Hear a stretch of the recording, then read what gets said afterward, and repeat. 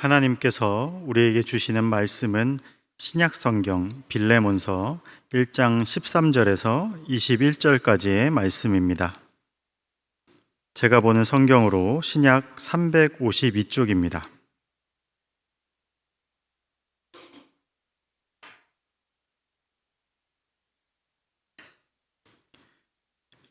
하나님의 말씀을 봉독하겠습니다. 그를 내게 머물러 있게 하여 내 복음을 위하여 갇힌 중에서 내 대신 나를 섬기게 하고자 하나 다만 내 승낙이 없이는 내가 아무것도 하기를 원하지 아니하노니 이는 너의 선한 일이 억지같이 되지 아니하고 자의로 되게 하려 함이라. 아마 그가 잠시 떠나게 된 것은 너로 하여금 그를 영원히 두게 함이리니 이후로는 종과 같이 대하지 아니하고 종 이상으로 곧 사랑받는 형제로 둘 자라. 내게 특별히 그러하거든 하물며 육신과 주 안에서 상관된 내게랴. 그러므로 내가 나를 동역자로 알진대 그를 영접하기를 내게 하듯 하고 그가 만일 내게 불의를 하였거나 내게 빚진 것이 있으면 그것을 내 앞으로 계산하라. 나 바울이 친필로 쓰노니 내가 갚으려니와 내가 이 외에 내 자신이 내게 빚진 것은 내가 말하지 아니하노라. 오 형제여, 나로 주 안에서 너로 말미암아 기쁨을 얻게 하고 내 마음이 그리스도 안에서 평안하게 하라. 나는 내가 순종할 것을 확신함으로 내게 썼노니 내가 말한 것보다 더 행할 줄을 아노라. 아멘. 가난하고 어려웠던 시절에는 결혼 승낙을 받기 위해 남성이 여성의 부모님을 찾아가 이런 말을 했었습니다. 따님을 저에게 주시면 밥 굶기지 않겠습니다. 보릿고개가 있고 밥 먹고 살기도 힘든 그런 가난한 시절의 이야기입니다. 요즘에는 어떤 결혼정보회사가 설문을 조사한 결과를 보면 상견례시 상대 부모에게 승낙을 받기 위해 준비한 말 중에 남성의 경우는 남부럽지 않게 잘 살겠습니다가 가장 많았고 그 다음으로는 고생 안 시키겠습니다, 사회생활에서 승승장구하겠습니다, 이런 말들을 많이 한다고 합니다. 여성의 경우에는 예쁘게 잘 살겠습니다가 가장 많았고 알뜰살뜰 살림 잘하겠습니다, 내조 잘하겠습니다, 그런 말들 한다고 합니다. 그리고 인터넷에는 결혼 승낙을 받기 위한 도움의 글들도 제법 많이 있는데 보니까 좋은 이미지를 심을 수 있도록 준비해라, 빈손으로 가기보다는 선물을 준비해서 가라, 옷차림도 신경 쓰고 첫 인사가 매우 중요하다, 집안 분위기를 사전에 조사하는 것도 필요하다, 자신감 넘치는 태도를 보여라, 이런 등등의 조언을 해줍니다. 결혼 승낙을 받기 위한 첫 인사는 매우 긴장될 수밖에 없죠. 그렇기 때문에 매우 조심스럽고 그리고 신중하게 말을 해야 합니다. 만약 결혼 승낙을 받기 위해 갔는데 승낙을 받지 못한다면 그것처럼 심각한 일이 아닐 수가 없습니다. 우리는 결혼 승낙뿐만 아니라 살아가면서 어떤 사람으로부터 중요한 승낙을 받아야 하는 경우가 많이 있습니다. 그때 우리는 어떤 노력을 해야 할까요? 어떤 말을 해야 할까요? 어떻게 설득하면 상대의 승낙을 받아낼 수 있을까요? 물론 상대가 누구냐, 또 상대가 어떤 사람이냐, 상대가 무엇을 좋아하느냐에 따라 다르겠죠. 상대가 탐욕적이고 세속적인 사람이냐, 아니면 인격적이고 고상한 사람이냐, 아니면 신앙적이고 신령한 사람이냐에 따라 승낙을 받아내는 방법과 과정이 다를 것입니다. 오늘 본문 말씀도 바울이 빌레몬의 승낙을 받기 위해 보낸 편지의 내용입니다. 바울은 빌레몬을 알고 있었습니다. 그리고 바울은 오네시모를 알게 되었습니다. 바울이 빌레몬에게 편지를 쓰는 그 시점에는 빌레몬 그리고 오네시모 모두 다 그리스도인이었습니다. 둘 다 그리스도에게 헌신된 사람, 신실한 사역자였습니다. 바울은 두 사람의 마음을 다 알고 있었습니다. 그래서 바울은 만약 빌레몬이 로마에 있었다면 골로새 교회에 알려진 것과 같은 그 빌레몬의 믿음과 사랑을 빌레몬이 보여줬을 것이라 그렇게 확신하고 있었습니다.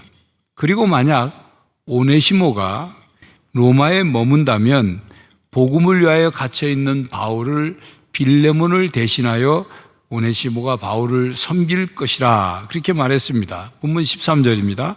그를 내게 머물러 있게 하여 내 복음을 위하여 갇힌 중에 네 대신 나를 섬기게 하고자 하니.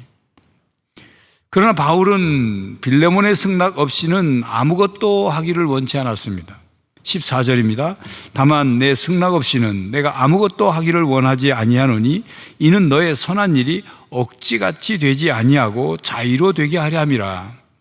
바울은 복음을 위하여 감옥에 갇혀 있는 동안 최악의 경우 오네시모를 로마에 남게 하여 빌레몬을 대신하여 바울을 돕게 하고 싶었습니다. 그러나 바울은 빌레몬에게 비밀로 한 채 아무것도 하고 싶지 않았습니다. 아무리 선한 일이라 할지라도 빌레몬이 기꺼이 승낙하지 않으면 빌레몬에게 억지로 하게 하고 싶지 않았던 것입니다.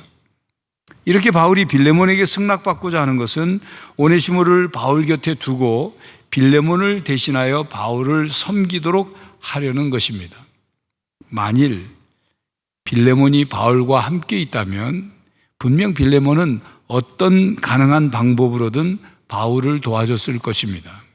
그리고 바울은 오네시모의 섬김이 빌레몬을 대신할 수 있다고 여길 정도로 오네시모를 신뢰했습니다.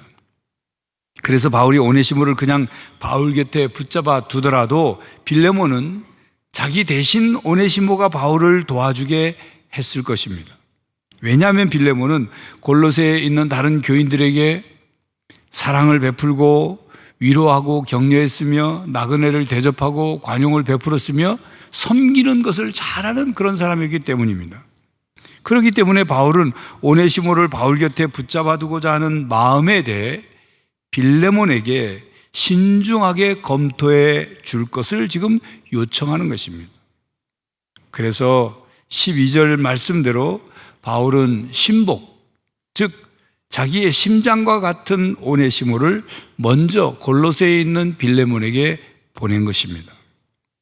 빌레몬이 어떤 선택, 어떤 결정을 할지 모릅니다. 물론 바울은 빌레몬이 바울이 말한 것보다 더 행할 줄 안다. 그렇게 21절에 썼죠.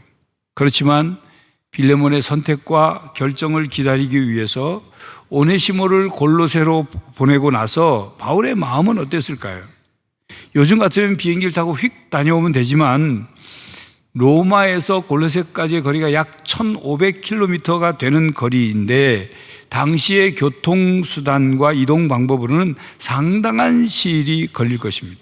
만에 하나 오네시모가 바울 곁으로 다시 돌아오지 않을 수도 있다는 생각을 염두에 두고 바울은 빌레몬에게 승낙을 받으려 하는 것입니다. 여러분, 바울은 오네시모를 빌레몬에게 보내는 것이 그냥 어떤 물건을 보내는 그런 마음이 아니었습니다.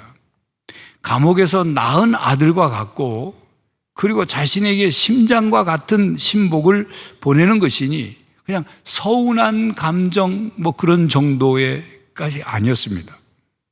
늙고 외로운 바울에게는 한 사람의 동역자의 섬김이 너무도 소중했기 때문이죠. 그러니 오네시모를 빌레몬에게 보내는 것은 마치 바울의 팔 한쪽을 잘라 보내는 것과 같았을 것입니다. 그렇지만 바울은 빌레몬이 바울의 요청에 억지로 응하지 않기를 바랬습니다. 14절 하반절입니다. 이는 너의 선한 일이 억지같이 되지 아니하고 자의로 되게 하려 함이라. 이 말씀에서 자의로라는 단어는 자발적으로, 자진해서, 자원해서 그리고 강요받지 않는 그런 뜻의 단어입니다. 아무리 선한 일일지라도 빌레몬이 기꺼이 승낙하지 않으면 억지로 하는 것이 되기에 그렇게 하고 싶지 않다는 뜻입니다. 바울의 입장에서 오네시모를 곁에 두고자 하는 논리를 주장한다면 여러 가지 논리로 주장을 펼 수 있겠죠. 바울은 오네시모가 전에는 빌레몬에게 무익한 자였다 그렇게 말한 것처럼 그렇게 무익한 자였으니 오네시모 빌레몬에게 오네시모가 당신에게 없어도 별 문제 없지 않냐, 그냥 없었던 걸로 생각해라 그렇게 말할 수도 있었겠죠. 바울은 자신이 늙고 외롭고 지쳐서 자신을 도와줄 오네시모를 곁에 둘 테니 그냥 그런 줄 알아 라고 그렇게 강압적으로 얘기할 수도 있을 겁니다. 또는 오네시모가 자신에게 너무도 큰 힘이 되어주고 있으니 빌레몬을 대신하여 자신을 도와주고 있는 것이라고 생각하고 그냥 내 곁에 두려고 한다 그렇게 통보할 수도 있었겠죠.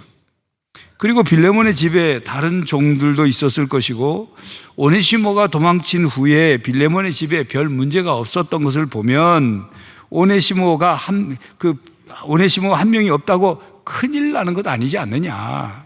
그러니 오네시모를 바울 곁으로 돌려보내라고 권위적으로 강압적으로 말할 수도 있었습니다. 그러나 바울은 그렇게 말하지 않았습니다. 어떤 면에서 생각해 보면 바울이 이 오네시모를 빌레몬에게 돌려보내는 것은 긁어부스럼을 만드는 그런 일이 될 수도 있죠. 오네시모가 도망친 후에 빌레몬의 집은 오네시모를 잊고 살았을 것입니다. 도망가 버리고 찾지도 않았으니까. 굳이 오네시모가 다시 돌아오지 않아도 별 문제가 없었단 말이죠. 그런데 오네시모가 다시 나타나는 바람에 이 빌레몬의 감정과 마음이 좀 복잡해졌을 겁니다. 또한 바울이 오네시모를 돌려보내는 것이 그냥 돌려보내는 것이 아니라 빌레몬에게 무겁고 쉽지 않는 과제를 주어서 보내는 것이기 때문이죠.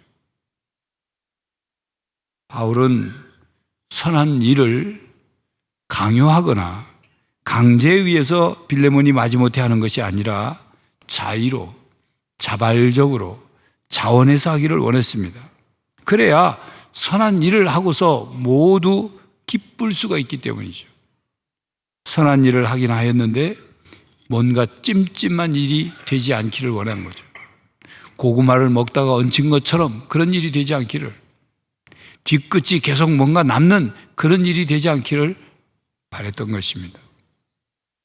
그리고 여기서 바울이 자기 개인의 욕심이나 편리나 영달을 위해서 빌레몬에게 오네시모를 보내달라고 요청하는 것이 아니라는 것을 빌레몬이 알아야 했습니다. 그리고 빌레몬서를 읽는 우리도 이 점을 분명히 알아야 합니다. 바울은 빌레몬이 하나님 앞에서 하나님을 위하여 자원하여 선한 일을 하기를 원했습니다. 그렇기 때문에 바울은 빌레몬이 선한 일을 억지로 하지 말고 자원해서 기쁨으로 하기를 바란다고 말한 것입니다.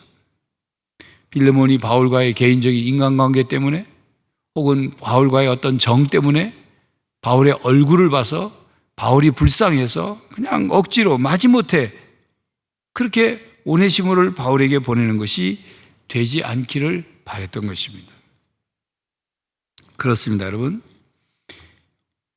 우리의 삶의 행위들이 하나님 앞에서 하나님을 위하여 자원하는 마음으로 행해야 합니다.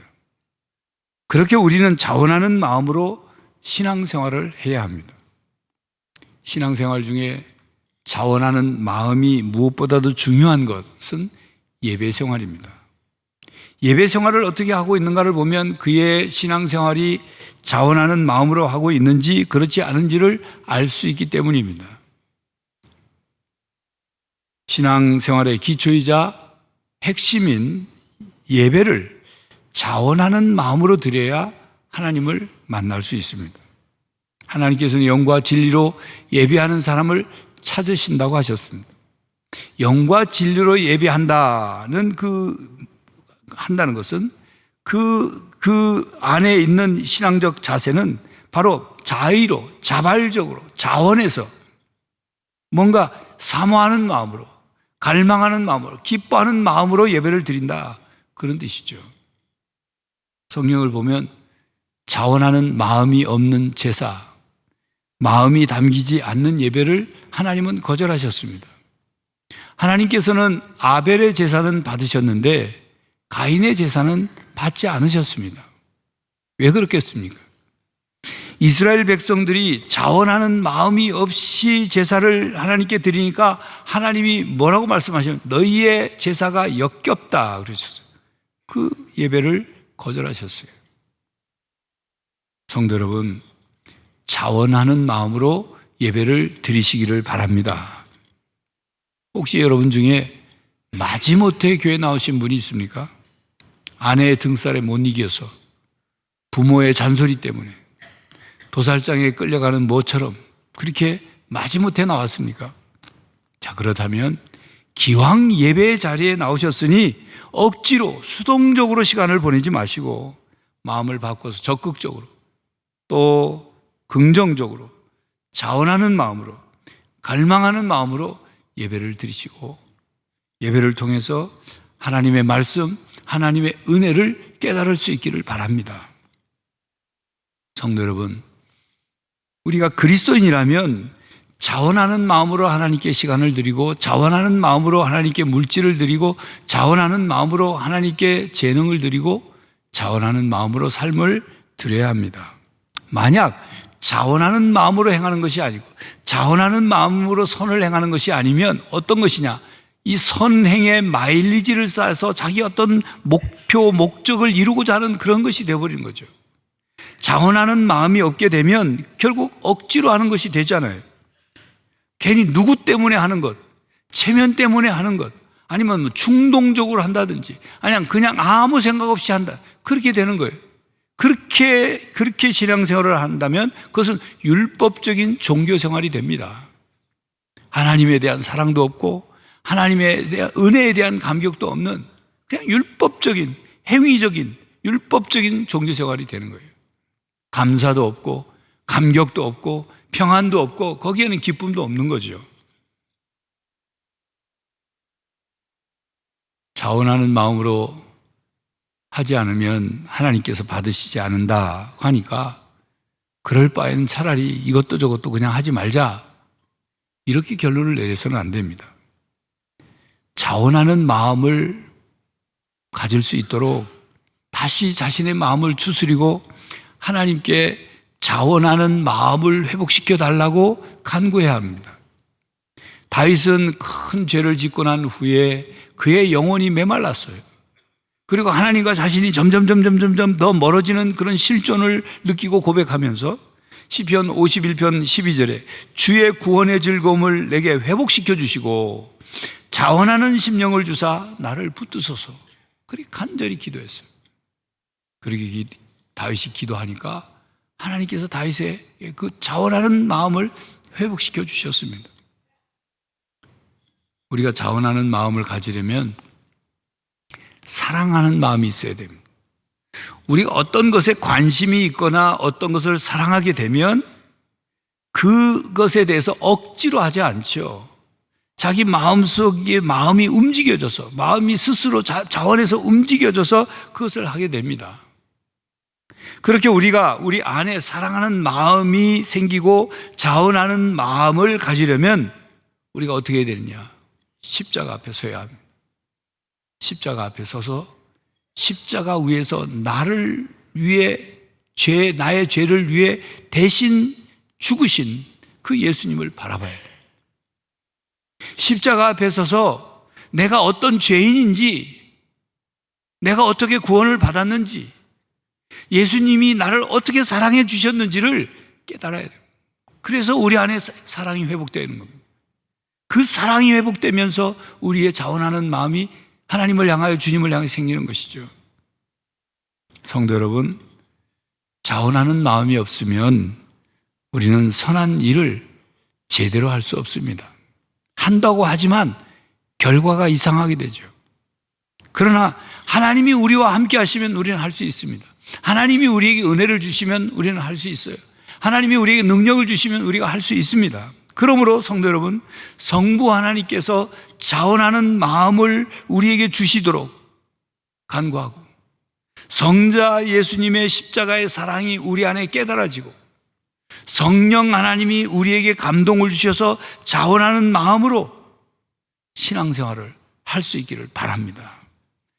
자원하는 마음으로 선을 행하시기 바랍니다. 자원해서 주님을 섬길 수 있기를 바랍니다. 바울은 빌레몬이 하나님의 뜻을 깨달아 바울의 요청을 승낙해 주기를 말했습니다. 15절입니다. 아마 그가 잠시 떠나게 된 것은 너로 하여금 그를 영원히 두게 함이리니. 여기서 아마 그가 잠시 떠나게 된 것은 이라는 표현은 오네시모가 빌레몬 집에서 도망친 것을 부드럽게 표현한 겁니다. 그래서 빌레몬의 마음에 오네시모의 도망친 것, 그 분노를 조금이라도 가라앉히기 위해서 그렇게 부드럽게 표현한 거죠. 그러면서 바울은 오네시모의 도망을 다른 각도에서 빌레몬이 숙고해 보도록 지금 언급하고 있는 것입니다. 바울은 빌레몬과 오네시모와의 사건이 단순히 주인과 종의 사건이 아니라 하나님의 더 큰 그림 속에 있는 사건임을 말하고 있습니다. 그리하여 하나님의 더 큰 뜻을 함께 깨닫고 그리고 영적 은혜를 함께 누리려고 하는 거죠. 빌레몬이 오네시모를 잠시 잃어버리게 된 것은 마음 상하고 불편한 그런 일이었지만 그것은 빌레몬에게 오네시모를 영원히 돌려받게 되는 것이다. 그렇게 말하고 있어요. 잠깐의 사건이 아니라 영원을 위한 사건이 되었다고. 잠깐의 잃어버림이 영원히 함께하는 사건이 되었다고 말하고 있습니다. 그리고 바울의 이 말에는 빌레몬과 오네시모와의 사이에 있었던 사건의 배후에 하나님께서 일하고 계셨고 하나님은 잠시의 사건을 선으로 바꾸어 영원으로 이어지게 하셨다는 의미가 담겨 있습니다. 하나님은 모든 인간사를 통하여 합력하여 선을 이루시며 영원으로 이어지는 은혜를 베풀어 주십니다.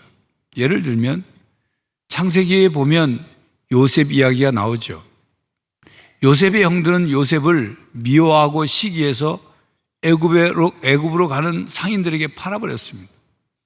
이 있을 수도 없는 일이고 또 참으로 형들로서 해서는 안 될 짓을 한 거죠. 어린 요셉이 애굽의 종으로 팔려가면서 얼마나 불안하고 두려웠겠어요. 얼마나 괴로운 나날을 보냈겠습니까? 그러니 요셉의 입장에서는 결코 형들의 그 배신과 자기를 팔아버리는 행위에 대해서 잊을 수 없는 일이고 큰 상처가 되는 일이었을 것입니다. 자, 그런데 훗날 요셉이 애굽의 총리가 된 후에 형들을 만나게 되죠. 형들은 자신들이 요셉을 팔아버린 것 때문에 막 근심하며 한탄을 합니다. 이제 큰일 났다고 생각한 거죠. 그러나 요셉은 이렇게 말합니다. 창세기 45장 5절에 당신들이 나를 이곳에 팔았다고 해서 근심하지 마소서, 한탄하지 마소서. 하나님이 생명을 구원하시려고 나를 당신들보다 먼저 보내셨나이다. 그러면서 이렇게 말을 이어갑니다. 앞으로 흉년이 5년도 남았는데 하나님께서 큰 구원의 계획으로 우리 가족의 생명을 보존하시고 후손들을 이 땅에 두시려고 하나님께서 자신을 형들보다 애굽에 먼저 보내셨다고. 그래서 하나님께서 자신을 애굽의 총리가 되게 하셨다. 그렇게 말했습니다. 그리고 난 후에 이제 요셉의 아버지 야곱이 죽습니다. 죽게 되니까 형들이 아버지 살아있을 때 아버지 때문에 자기 자신들 형들을 벌 주지 않았다, 보복하지 않았다고 생각하고 있다가 아버지가 죽고 나니까 이제 요셉이 자기에게 보복을 하겠다, 그런 마음에 막 두려워서 어쩔 줄 몰라 하죠.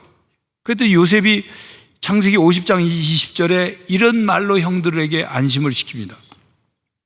당신들은 나를 해하려 하였으나 하나님은 그것을 선으로 바꾸사 오늘과 같이 많은 백성의 생명을 구원하게 하시려 하셨나니.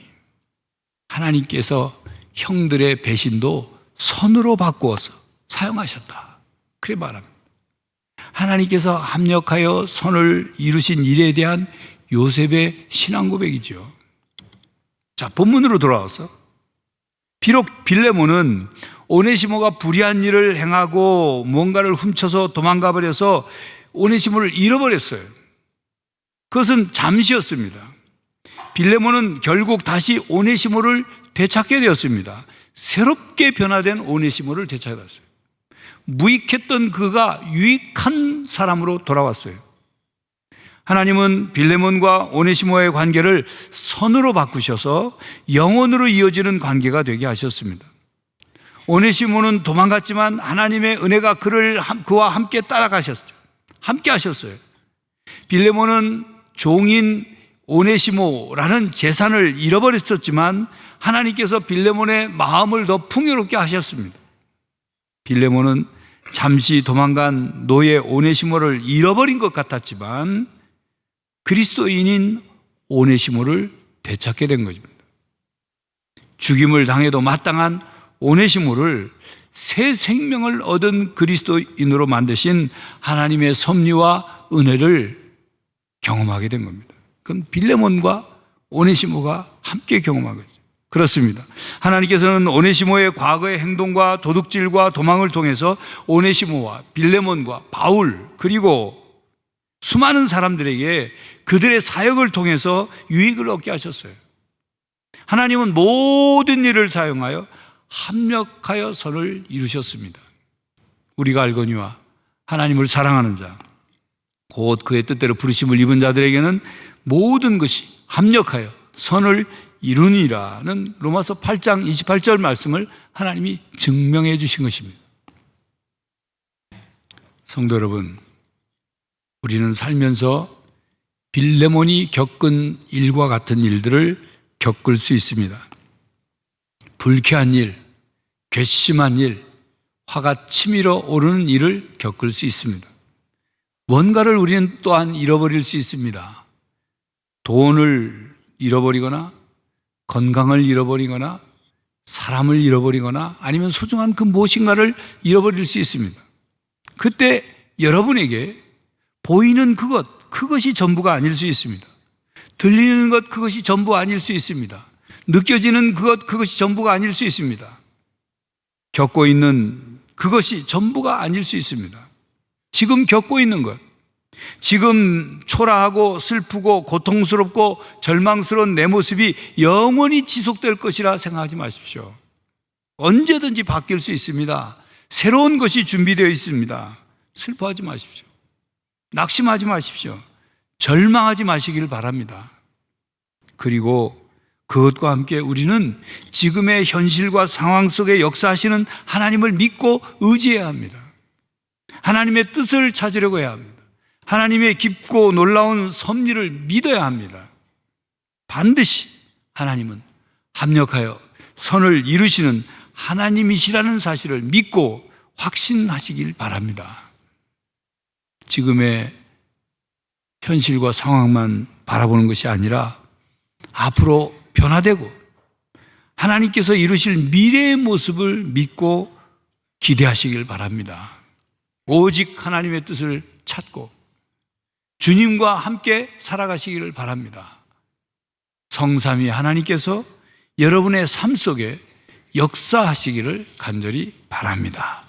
기도하겠습니다. 하나님, 이 땅을 살아가며 우리는 많은 것들을 결정하고 선택해야 할 때가 있습니다. 또 이런저런 일들을 겪게 됩니다. 그때 우리가 자원하는 신앙생활로 하나님 앞에 하나님을 위하여 선한 일을 결정하고 선택하게 하시고 또 모든 일을 통하여 하나님이 합력하여 선을 이루신다는 사실을 믿고 그 하나님을 믿고 의지하며 우리의 삶의 일들을 선으로 바꿔가고 선을 이루어가는 복된 삶을 살아가게 하여 주시옵소서. 예수 그리스도의 이름으로 기도하옵나이다. 아멘. 성도 여러분, 자원하는 마음으로 선을 행하십시오. 자원하는 마음으로 신앙생활을 하십시오. 삶 속에서 하나님의 큰 뜻을 찾고 합력하여 선을 이루시는 하나님을 믿고 경험하며 사시기를 간절히 바랍니다. 지금은 우리 주 예수 그리스도의 은혜와 하나님 아버지의 사랑과 성령 하나님의 교통하심이 자원하는 마음으로 선을 행하고 신앙생활하며 하나님의 큰 뜻을 깨달아 합력하여 선을 이루시는 하나님을 경험하며 살기로 다짐하는 모든 성도들과 가정과 삶의 현장 위에 이제로부터 영원히 함께 하시기를 간절히 축원하옵나이다. 아멘.